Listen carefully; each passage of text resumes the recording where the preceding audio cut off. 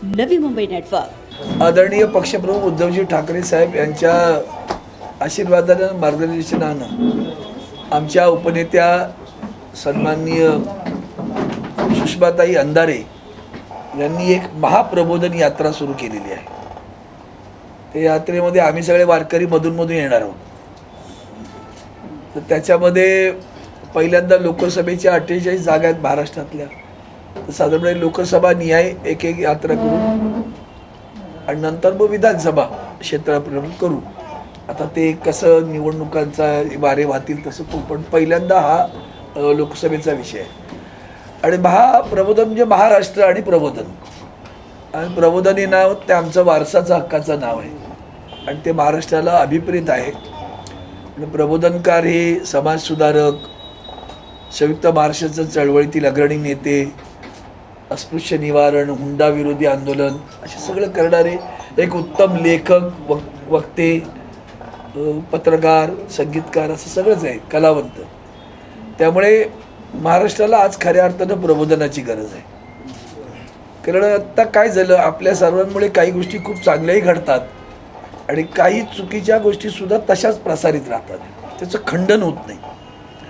आणि ते खंडन म्हणजे प्रबोधन आहे। आणि ते राजकीयदृष्ट्या नुसतं खंडन करण्यासाठी नाही आहे की जसं त्यांनी मगा भाषणामध्ये सांगताना आमच्यावर 153 कलमाचा वापर करून पोलिसांनी गुन्हे दाखल करणं। आता या 153चा अर्थ असेल तर जगातील व्यंगचित्रकारांना व्यंगचित्र करायला नको, नकलाकारांना नकला करायला नको, म्हणजे नकला करणं हा सुद्धा गुन्हा होईल। आणि आपण पाहत आहे की अनेक नकलाकार आहेत, देशपांडे शरद पवार साहेबांचा आवाज काढतात, शिवसेना प्रमुखांचा आवाज करतात, त्यातून नकला करतात, अगदी त्यांचीच वक्तव्य नाही बोलत पण त्या उपहासात्मक उपरोधी कशी करतात, आवाज त्यांचा घेतात, पण त्यांच्यावरही टीका करतात। त्याचं महाराष्ट्राला कधी त्याचं अप्राप्य नव्हतं की नाही हे नको असं कधी वाटतं। महाराष्ट्र असं सुसंस्कृत आहे, त्याला या सगळ्या गोष्टीची आवड आहे। म्हणून नाटकाची जशी आवड आहे तशी नकलेची पण आवड आहे। आणि म्हणून त्यांनी उल्लेख एका नेत्याचाही केला की ते करतात तेव्हा गुन्हा नाही, मी करते तेव्हा गुन्हा कसा काय। अर्थात त्यांच्यावर एकट्यावर नाही, 5 जणांवर केलेत, भास्कर जाधवांवर केलं, विनायक राऊतांवर केलं, यांच्यावर केलं, त्या अनिताताई बिर्जेंवर केलं आहे। तो गुन्हे सोडा, प्रश्न असा आहे की महाराष्ट्र कुठं चाललं आणि देश कुठं चाललाय। आणि मग प्रबोधनाचा मूळ गाभा तो आहे की देशाच्या संविधानावर हल्ला होतोय, देशाच्या एकतेवर हल्ला होतोय, देशाच्या एकजुटीवर हल्ला होतोय। देशामध्ये अशा प्रकारचं विघटनवादी विचार मांडले जातात, कधी जातीच्या पाऊल, कधी धर्माच्या नावाने, कधी प्रांताच्या नावाने। आणि त्याच्यातून देशामध्ये एक असंस्कृतपणा आला की तुम्ही विरोधी विचार मांडलेत तर तुम्ही देशद्रोही, हा असंस्कृतपणा आहे। सुसंस्कृत माणूस असं कधीच मांडणार नाही की असं का मांडतात, कारण विपक्ष नसेल तर अर्थच नाही राहणार। म्हणूनच आपल्या लोकशाहीला ते महात्म्य आहे लोकशाहीचं, विचारांचं आदान प्रदान असं जेव्हा म्हणतो आपण, तेव्हा अनेकदा आमच्यासारख्या नेत्यांना सुद्धा गावातला एखादा छोटा माणूस काहीतरी किस्सा सांगतो आणि लक्षात येतं अरे हा विचार मला कसा नाही सुचला, तर मग लक्षात अरे ते छोट्या गोष्टीतनं कळतं। आपल्याला अख्खा देश कळतो असं म्हणण्याचं कारण नाही, आपल्या कार्यकर्त्यांमधनं लोकांमधनं आपल्याला देश कळत असतो। आणि म्हणून मला असं वाटतं ही महाप्रबोधन यात्रा आज नव्या मुंबईत आज हा मेळावा होताना माझ्या शेजारी सन्माननीय खासदार राजन विचारे बसलेत आणि सहज म्हणाले मला, अरविंद मी इथं निवडणुका लढवतोय, पण अरविंदजी या निवडणुकांमध्ये पहिल्यांदा एवढ्या मोठ्या प्रमाणात मेळाव्याला उपस्थिती राहणं हे कधीच घडलं नाही, हा पहिल्यांदा ऐतिहासिक मेळावा झाला। आणि याचा अर्थ असा आहे की समाजाला जाग आलेली आहे, ती जाग आलेली आहे, ती धगधगती ठेवली पाहिजे। आणि म्हणून आमच्या हातात मशाल आलेली आहे, त्यामुळे त्या धगधगती ठेवण्याची जाग, त्यासाठी हे मेळावे होत राहणार। यातून तुम्हालाही काही वाटलं की बाबा हा मार्ग आमचा योग्य असेल तर तुम्ही तो पुढे नेला पाहिजे। नुसता राजकीयदृष्ट्या शिवसेना म्हणून हा प्रश्न नाही आहे, आज देशासमोरचा प्रश्न आहे। म्हणून आदरणीय पक्षप्रमुख उद्धवजी ठाकरे साहेब म्हणतात की लोकशाही जिवंत राहील का, हा खरा प्रश्न आहे। आत्ता ज्या पद्धतीनं अपात्रतेचा किंवा आम्ही पक्षांतर बंदीच्या कायद्याचं उल्लंघन झालेल्या लोकांवर कारवाई करण्याबाबत जेव्हा कारवाई होत नाही तेव्हा त्या संविधानालाच धोका पोचतो, त्याला ठेच पोचते। ती लोकांच्या समोर आली पाहिजे आणि सत्य लोकांच्या समोर आलं पाहिजे। म्हणून आत्ता या मेळावे होत आहेत, आपण सर्वांनी या ठिकाणी मेळाव्याला कव्हर केल्याबद्दल तुम्हालाही धन्यवाद देतो। काय प्रश्न असल्यास विचारायला हरकत नहीं। दशहरा मेलावा और दूसरा आज का जो वही तो मैंने बोला, आज क्या हुआ कि मुंबई महापालिका के इतिहास में सबसे बुरी बात कि उसके ऊपर लांछन लगा, कलंकित है। मैं बता रहा हूँ, ये शब्द मैं प्रयोग कर रहा हूँ तो बहुत गंभीरता से प्रयोग कर रहा हूँ कि जब आपसे अनुशासन की उम्मीद करते हैं तो आप IAS ऑफिसर हो, अधिकारी हो, जबकि वो तृतीय श्रेणी की कर्मचारी है, उसका इस्तीफा मंजूर करने का अधिकार उपायुक्त को है।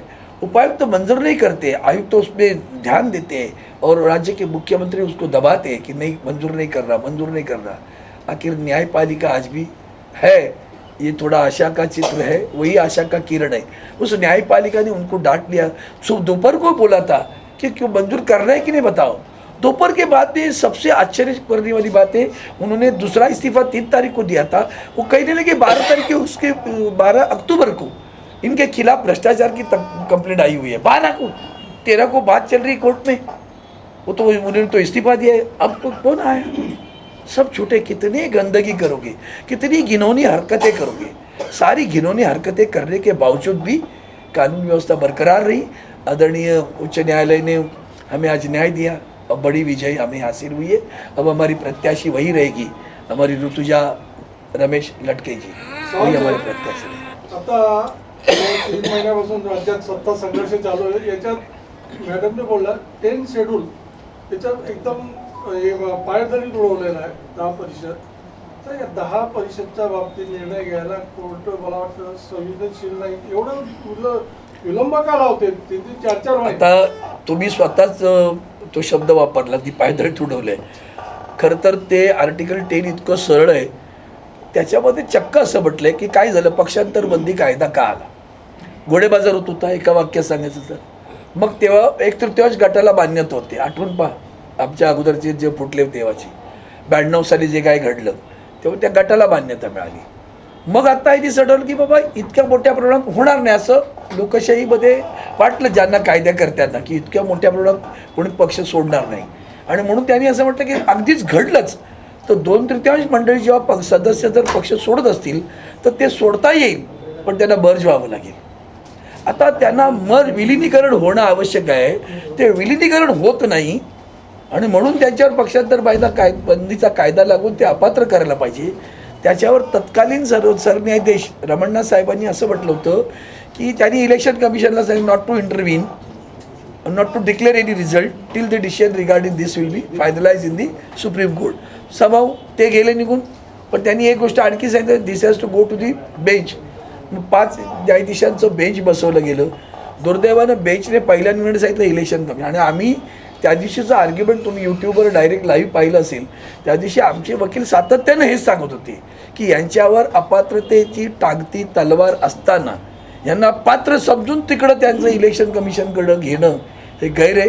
दुसरी गोष्ट, जेव्हा तुम्ही त्यांना पात्र समजताय किंवा तोपर्यंत त्यांना अपात्र करत नाही तोपर्यंत ते एका पदावर बसले तिथे आणि त्या पदाचा गैरवापर करतायत. आत्ता ते अपात्र झाल्यामुळे ते मुख्यमंत्री आहेत, मग ते त्या पदाचा गैरवापर करतायत, धाकधपटशा करतायत. तुमच्या नव्या मुंबईत तडीपार केली, ठाण्यात तडीपारी केली, आमच्या कल्याणला विजय साळवीची तडीपारी आली.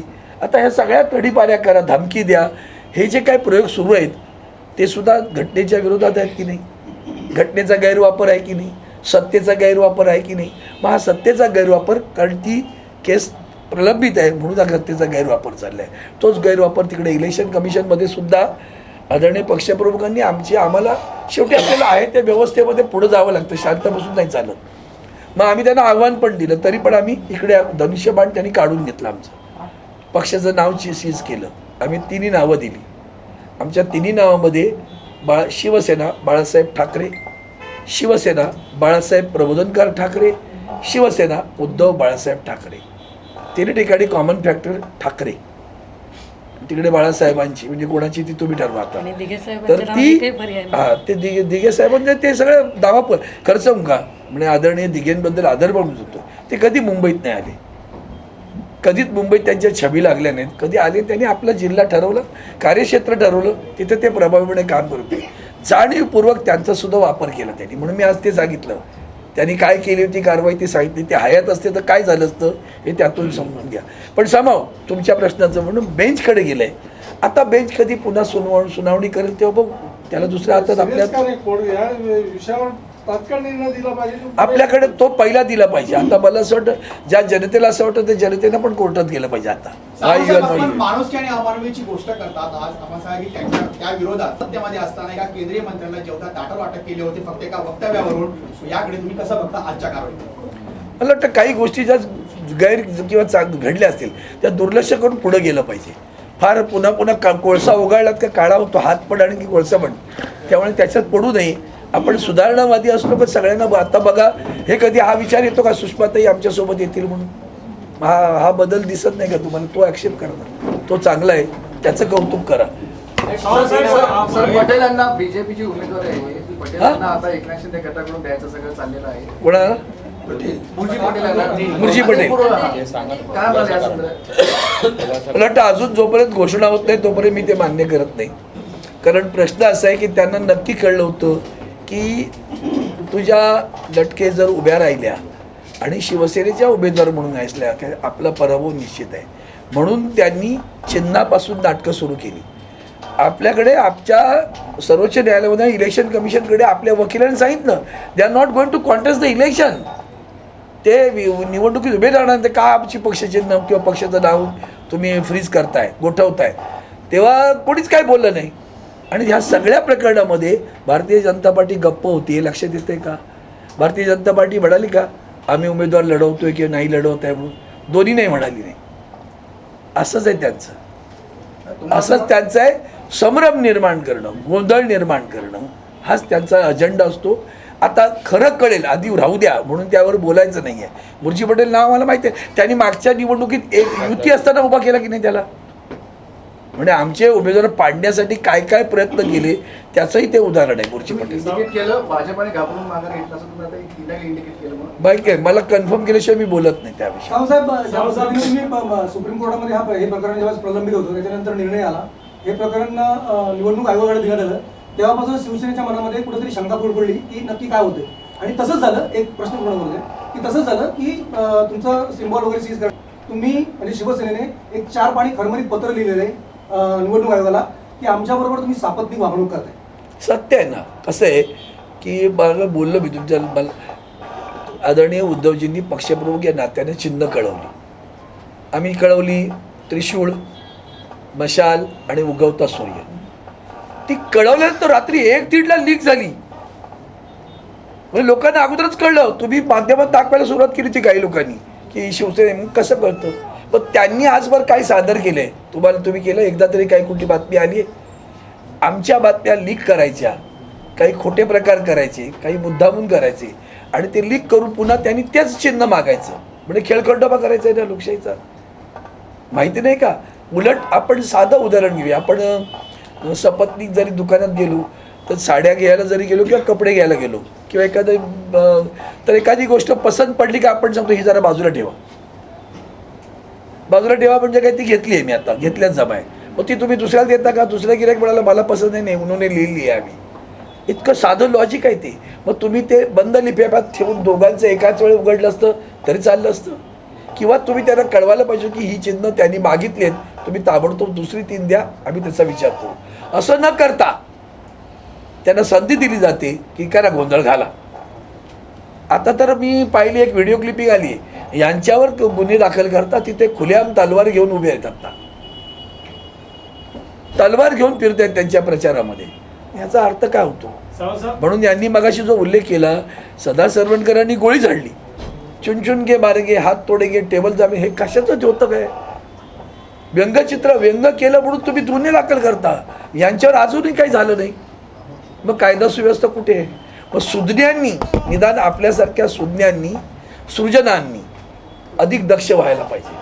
सावंतसाहेब, प्रबोधन यात्रेला मिळणारा प्रतिसाद जो आहे तो न भूतो न भविष्यती आहे. थँक्यू. पण पक्ष पुनर्बांधणीसाठी तुमच्याकडे काही युद्ध पातळीवर असा काही प्लॅन आहे का? कारण 2 दिवसापूर्वी शिंदे गटाचं ज्या पद्धतीनं पदं वाटली गेली, अक्षरशः खैरात वाटली गेलेली आहे, तर तुमच्याकडे अशी काही आघाडी म्हणजे काही युद्ध पातळीवर असं काही प्लॅन आहे का की जेणेकरून रिकाम्या जागा तुम्ही भरणार? मला असं वाटतं खैरात वाटली हा शब्द चांगला वापरला तुम्ही, त्याबद्दल तुम्हाला धन्यवाद देतो. ते तसंच आहे सध्या. बघा, प्रलोभन, पहिलं प्रलोभन, मग दागदपटशा, असे 2 गोष्टी सतत आणि तिसरी डायरेक्ट कारवाई. आमच्याकडे ये नाही तर कारवाई असतात. मडवीनं तुम्ही तडीपार करता, आदल्या 2 दिवसापर्यंत त्यांना सुरक्षा रक्षक दिलेत आणि ताबडतोब तुम्ही तडीपार करता. कशाचं होतं काय? म्हणजे म्हणूनच सांगितलं की संविधानाला ठेच पोहोचताना काम चालू आहे.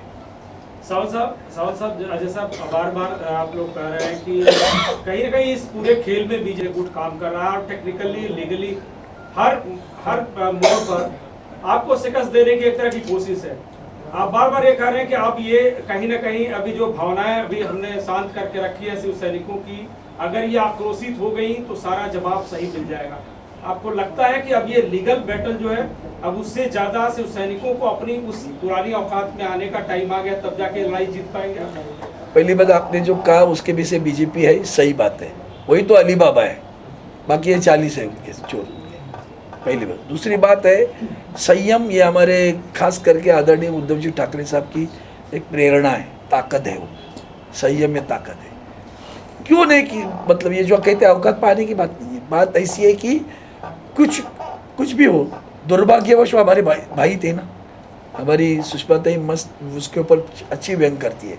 अरे मेरा भाई है वो, एक मेरा भाई है वो, तो वो भाई है तो हम दोनों लड़ेंगे तो कौन किसको मारेगा? और ये क्या करेंगे? इनका दामन साहब, जिनके मन में ये कूटनीति आई है वो उनका दामन साहब, हम एक दूसरे को मारेंगे. यही तो चाहते हैं ना. यही तो उनकी प्लानिंग जो है वो वही है कि आपस में लड़े और हमारा दामन साफ रहे. मरे तो यही मरे, फर्क क्या पड़ता? लेकिन उसकी मर्यादा होती है. क्या एकनाथ शिंदे को ये बचाने की सॉफ्ट कॉर्नर शिवसेना रख रही है? नहीं. वो उसका तो सवाल ही नहीं पैदा होता.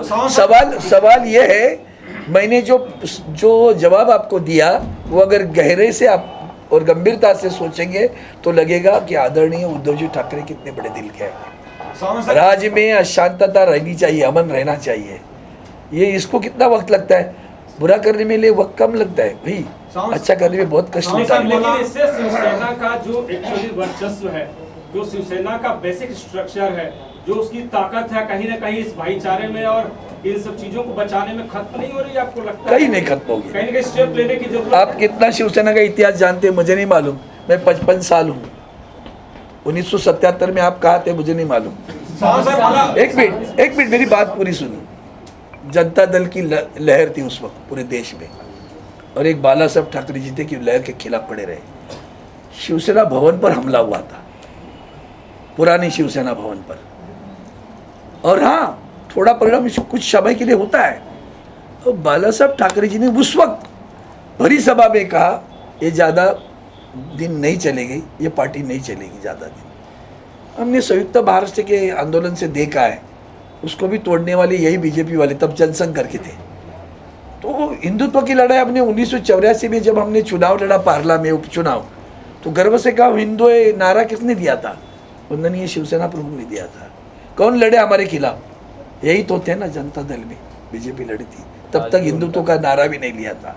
तो ये हम सब जानते हैं. और इतना होने के बाद में एक चुनाव के लिए हमारे प्रत्याशी पार्षद कम हुए, उसके बाद में हमने जो उछाल खाई, तो 85 से लेकर आज तक वहाँ महानगर पालिका पे हमारी सत्ता है. तो उछाल ये उल्टा है हमारे लिए. हमारे उद्धव साहब की कुछ बातें मुझे बहुत अच्छी, वो कहते हैं संकट को आप उपलब्धि समझिए. तो ये अच्छा है, जितने इकट्ठे आएंगे हमला करेंगे, एक ही बार हो जाएगा. आज ये बाहर रह गया, सब लोग इकट्ठे आकर फिर एक ही साथ लड़ेंगे सबके साथ में और जीतेंगे भी. सावंत साहब, शिवसेना का सदियों पुराना सिंबल जो है वो इलेक्शन कमीशन फ्रीज कर देता है. 40 साल पुरानी व्यायामशाला तक सील की जाती है. और आने वाले समय में जिस तरह से कहा जा रहा है कि शिंदे गुट जो है वो तमाम जो शिवसेना की शाखाएं हैं उनकी और अपनी आंख लगाकर बैठे हुए हैं. इन तमाम शाखाओं को, मध्यवर्ती कार्यालयों को सुरक्षित रखने के लिए, अपने खेमे में रखने के लिए किस तरह का प्रयास शिवसेना का या फिर आप लोगों का रहेगा? नहीं, हमारी है, उससे क्या है. देखो भाई, शिवसेना की शाखा वंदनीय शिवसेना बाला साहब ठाकरे जी की शिवसेना, उसमें आनंद दिघे भी, स्वर्गीय आनंद दिघे साहब भी आते हैं. ये है ना बाजू में बैठे, इन्होंने निर्माण की हुई शाखा है. कब्जा करने की बात जब कोई करता है तो इसका मतलब वो गुंडा है. किसी गरीब का झोपड़ा लेने की जब बात कोई करता है ना, तो गुंडा कौन होता है? गरीब होता है कि गुंडा वो जो कब्जा करने वाला होता है? तो कब्जा करने की कोशिश करने वाले कौन है? अच्छा है, आप लोगों को सामने तो आ रहे हैं। आज भी देखो, मैं बता रहा हूँ, ठाणे शहर में कल ये इन्होंने जो बताया, मुझे बताया इन्होंने, अरविंद जी, जो कुछ मैंने खुद देखा उस दिन, ये कह रहे थे मंच के बाहर, मतलब वो सभागृह के बाहर 3-4 स्क्रीन लगाने पड़े। अब इतना होने के बावजूद लोग इकट्ठे हुए ना, तो चिंगारी जल रही है, धुआं भी आ रहा है, मशाल हमारे हाथ में। अब समझ जाओ क्या होता है। सावंत साहेब, ज्या पद्धतीने तुम्ही आता हा जो प्रकार तुम्हाला दाबण्याचा प्रयत्न करतात किंवा रडीचं दाव घालण्याचा प्रयत्न करतात, त्यांचं म्हणणं आहे की आम्हाला गोत्यामध्ये आणण्याचा प्रयत्न करतात। शिवसेना आता या संपूर्ण प्रकरणामध्ये दक्ष झालेली आहे का? तशाच प्रकारचा डाव तुम्ही करण्याचा प्रयत्न करणार आहात का? आम्ही डाव नाही केला. त्याचं उदाहरण असं आहे की रत्नागिरी संगमेश्वरचे आमदार जे आहेत, आता मंत्री आहेत उदय सामंत, यांच्या मतदारसंघामध्ये तुम्ही राजन सळवीला लॉन्च करताय, ते जॉईन केलं होणार आहे, अशा प्रकारची एक चर्चा आहे। त्या ठिकाणी काँग्रेसची तुम्ही सहभागी करताय, तर तुमचाही असा प्रयत्न सुरू आहे का की जास्त आता काही बोलतात? मला असं वाटतं की आम्ही सरळ सोपट धट सरळ मावळे आहोत. आम्हाला असलं कुटील राजकारण तिकडे असतं, ते चाणक्य सगळे तिकडे बसलेले आहेत. आम्हाला नाही कळत चाणक्य बिणक्य कुटील नीती भीती नाही कळत. आमची नीती सरळ, ट्रान्सपरंट, पारदर्शक. आधी मुळात शिवसेनेची निर्मितीच बघितलं तुमच्या लक्षात येईल ना, की आम्ही सगळेजण सामाजिक कार्य करणारे लोक आहोत. 80% समाज करणं ही बोधवाक्य आमचं. त्यामुळे आम्ही ह्या सगळ्या पाठवळे राजकारण जाय म्हणजे निवडणुकीपुरतो, तेव्हा येईल तेव्हा बघू ना. सावंतांना तुम्ही पर्याय उपलब्ध करताय का राजन? असं काही नाही, मला असं वाटत नाही. ते तुम्ही परसेप्शन्स कुठून तयार करता, आणि परसेप्शन इज अ ट्रूथ असं करण्याचा जो प्रयत्न करता, तो काय योग्य नाही आहे. बऱ्याच वेळेला मी आत्ता लोकसभेत गेलो तेव्हा आम्हाला विचारा, लोकसभा शिवसेना ऐसी है, बोला तुम लोगों ने परसेप्शन क्रिएट किया है, हमें क्या बोल. ती दिल्लीत बसून लिहिणार तुम्ही आणि सांगणार की असं असं आहे, आम्ही जातीयवादी आहोत. मी जेव्हा सभागृहात बोलायचो तेव्हा माझ्या मागे तेलुगू देशमचे एक खासदार होते, जे डॉक्टर होते, MD स्वतः, आणि ते कमिशनर होते इन्कम कस्टमचे. तर मी जेव्हा जातीयवादावर बोललो, आम्ही जात मानत नाही, तेव्हा हे ऐसा आहे क्या तुम्हारी शिवसेना, पण perception, they were not knowing that we do not belong to this casteism and all. No, we don't believe in casteism. पण ते सर, मला एक सांगा, शिवसेना, शिंदे गट हे सर्वांचं जे सध्या चालू आहे त्याच्यामुळे प्रत्येक तुम्ही पण आणि ते पण फक्त शिवसेनेने आमच्यावर अन्याय कसा केलाय, आणि तुम्ही सांगताय की 40 गद्दार, हे हा प्रश्न एवढा चिघळवला आहे की बेरोजगारी विषयी तुम्ही कुणी बोलत नाही आहात, पेट्रोल विषयी कुणी बोलत नाही आहात, किंवा इतर समस्या. आणि जर बोलल्या अंधारेताईंच्या भाषणात 1-2 वाक्य आले, रोजगारी प्रत्येकाच्या हातात वगैरे पडणं, पण जेवढा ज्वलंत प्रश्न आहे तेवढं दोघांचंही लक्ष नाही. आपलं सध्या एक लक्षात घ्या, लढाई सुरू झाली ना की मग पहिली लढाई कशी करायची सांगा तुम्ही. मैदान रणांगणात उतरल्यानंतर बाकीच्या गोष्टी विचारायच्या की आधी शस्त्रोबरोबर कसं लढायचं आहे, आज जिंकायचं आहे ना. देश स्वतंत्र होताना तुमच्यासारखा विचार, म्हणजे आगरकर टिळकांचा वाद होता, ऐका एक मिनिट, माझं पूर्ण ऐका ना, माझं पूर्ण आहे, तुम्हाला उत्तर ऐकू. टिळक आगरकरांचा वाद काय होता? टिळक म्हणायचे आधी स्वातंत्र्य मिळालं पाहिजे, आगरकर म्हणायचे आधी सुधारणा झाली पाहिजे. तुमचा प्रश्न त्या पद्धतीचा आहे. मग आधी स्वातंत्र्याचे जिंकायचे की आधी सुधारणा आहे? म्हणून विषय के अतिशय महत्त्वाचे, स्वागत करतो मी त्या विषयांचं. तुम्ही माझी लोकसभेतली भाषणं पण बघा त्या सगळं, आणि सातत्यानं आम्ही बोलत असतो. आता हे विकतायत ना सगळं, PSU सगळंच विकतायत की, त्याच्यावर बोलतोच आहे. पण जेव्हा आमचा मावळा खाली बसलाय, तो त्याला तेज पाहिजे आत्ता, आणि ते तेज द्यायचं काम या प्रबोधनातनं करणं आवश्यक. ते दिलं, उभा राहिलं का मग त्याला सांगून आणखी. स्वतंत्र भारत आहे, तुम्ही आगरकरचं वगैरे जे बोलतात ते पारतंत्र्यातला भारत होता. हो, पण स्वतंत्र भारतातले विषय सुद्धा प्राधान्य कशाला द्यायचं? आता प्राधान्य कशाला आहे? आता प्राधान्य आहे की शिवसेनेवर आलेलं आक्रमण परतवून लावणं, आलेलं संकट परतवून लावणं, आणि त्यातून पुन्हा उभारी घेऊन उभं राहणं. उभारी घेतल्यानंतर मग हे विषय आहेतच की, हे सोडलेत कधी? म्हणून मगाशी बोललो ना, 80% समाजकारण, 20% राजकारण. ते 80% समाजकारणामध्ये कामगारांच्या संदर्भातले कायदे इतके भयानक केले त्या लोकांनी की यापुढं कामगार, त्याला काय म्हणूया आपण, अनिश्चितता आहे त्याचं निश्चितता, म्हणजे अनिश्चित सगळं काय. Temporary contract, all will be employed on a contract or temporary basis.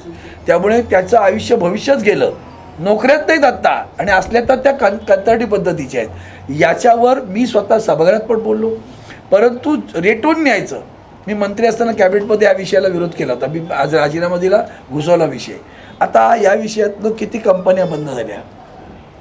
त्यामुळे वक्त्यांनी एकदा सूर लावला का दिशा बदलण्यात मजा नसते. नाही, तुम्ही जे म्हणतायत ना सर ते बरोबर आहे, आहे पण एशिया खंडातल्या सगळ्यात मोठी जी MIDC आहे तिथं काल उद्योग मंत्री आले होते. तिथल्या उद्योजकांचं म्हणणं असं की फर्स्ट टाइम कोई तो हमें सुन रहा है.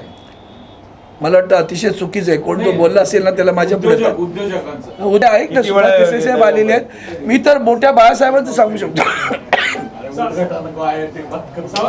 क्या बात करते हो. असा हा कुठला तरी नौका असेल. ज्वेलरी पार्क केलं ना. जितने भी शिवसेना के फायर ब्रांड लीडर हैं, अभी अंगारे ताई के खिलाफ भी केस हो गया, आपके संजय राउत को जेल में डाल दिया गया. जितने भी आप लोग बोलने वाले हैं जो खुलकर प्रत्यक्ष तौर पर इस लड़ाई को लड़ रहे हैं, उनके खिलाफ सीरियस केस हो रहे हैं ताकि शिवसेना की आवाज दब जाए. इसे रोकने के लिए आप किस तरह से अपना प्रयास कर रहे हैं? हम बोलते रहेंगे, हमें रोक नहीं पाएंगे कोई. इतना ध्यान में रखना. हम गए जेल में, ये गई जेल में तो दूसरा खड़ा रहेगा. ऐसी शिवसेना है, उसको कुछ फर्क नहीं पड़ता. एक बात, नंदुरबार में 14 साल का बच्चा खड़ा हुआ था, भारत माता की जय. ये अगस्त क्रांति मैदान में जब महात्मा गांधी जी को लेकर सभी देश के नेताओं को, अभी ये कहेंगे वो पारतंत्र की लड़ाई, फिर भी उदाहरण के तौर पे सभी नेताओं को जब हिरासत में लिया गया, एक लड़की खड़ी रही, उसका नाम था अरुणा असफ अली. उसने झंडा लिया तिरंगा हाथ में और भारत माता की जय कहा. लोग उसके पीछे चलने लगे. कोई उन्होंने पूछा नहीं तुम पार्टी के अध्यक्ष हो क्या, तुम सेठ को किसी ने नहीं पूछा. भारत माता की जय कहते हैं, उसके पीछे जाएंगे. शिवसेना जिंदाबाद करके जो खड़ा रहेगा शिवसैनिक, उसके पीछे शिवसैनिक खड़ा रहेगा. विरोधक जे आहे शिंदेगड जे आक्रमकपणे आरोप करतात की त्यांनी मुख्यमंत्रीपद घ्यायचं की नाही घ्यायचं, पण लोकांच्या मनात की उद्धव साहेब एक साधे गोळे आहेत आणि मुख्यमंत्रीपदाची खुर्ची काटेरी आहे. एक सामान्य किंवा साध्या गोळ्या माणसाचं ते काम नव्हतं. तर आपण काय त्याचं विश्लेषण करायचं? मला वाटतं आता सगळं बोलण्यात काय पॉईंट, सगळे निघून गेलेले आहेत, ही वेळ निघून गेलेली आहे. पण तरीसुद्धा एक गोष्ट सांगेन की ज्यांनी कधी ग्रामपंचायत नाही पाहिली, महापालिका नाही, जिल्हा परिषद नाही, ते स्वतः म्हणे मी वरून डायरेक्ट पडलो असं म्हणायचे. पण सगळ्यात उत्तम म्हणून त्याच्यामध्ये सगळ्यात गोष्ट एक लागली लक्षात आली असेल तुमच्या, की देशामध्ये सर्वेक्षणं झाली की कुठल्या राज्याचे मुख्यमंत्री चांगले आहेत. असं सर्वेक्षण 4-5 वेळा झालं. त्या प्रत्येक सर्वेक्षणामध्ये उत्तम मुख्यमंत्री म्हणून आदरणीय उद्धवजी ठाकरेंचं नाव होतं. मग आता तुम्ही ठरवा त्यांना कारभार येतो की नाही. त्याच्यानंतर त्यांची फोकस करण्याची पद्धत आहे. काय काय लक्ष म्हणजे करोना आला त्याच्यामध्ये ती फोकस करून त्यांनी लोकांना वाचवलं. सामान्य गोष्ट नाही. कुठेही अशा प्रकारची टास्क फोर्स केली नव्हती, माहिती आहे का तुम्हाला. पेडियाट्रिक टास्क फोर्स, हे टास्क फोर्स, फील्ड हॉस्पिटल, हे सगळं त्यांचं क्रिएशन आहे. त्यामुळे त्यांना माहिती आहे समाजाची गरजा काय. राजकारण आमदार म्हणून त्यांच्या काही गरजा असतात किंवा जे बरपटलेलं राजकारण आहे त्यात कुठेतरी ते हँडल करण्यात कमी पडते. नाही अजिबात नाही. हँडल मग कशाला उत्तम मुख्यमंत्री दिलं. आम्ही तर नाही दिलं ना. साबणानं नाही ना छापलं. सगळ्यात उत्तम मुख्यमंत्री साबणाने नाही छापलं ना, तर लोकांनी छापलं. धनुष्यबाण गोठवल्यानंतर आता समता पार्टीने दावा केलाय की आता नवीन जे चिन्ह मिळालं त्याच्या विरोधात आणि now it is left to the election commission to decide. मला ना माहिती समता पार्टीला परमनंट सिम्बॉल दिला होता की कधी टेम्पररी. काही वेळेला लूज सिम्बॉल्स असतात असे. जसे आमच्या वेळेला सुद्धा 89 पूर्वी सगळे सिम्बॉल वापरलेत ना आम्ही. आता तिकडे तो इंजिन आहे, मशाल आहे, हे सगळे सिम्बॉल आम्ही वापरलेले आहेत. Not a permanent. तसं कोणाला तरी दिलं असेल टेम्पररी, नॉट अटॅच परमनंट. जसं शिवसेना धनुष्यबाण मिळालं तसं कोणाला मिळालेलं नसेल. नपेक्षा ती मशाल त्यांनी आम्हाला दिली नसती.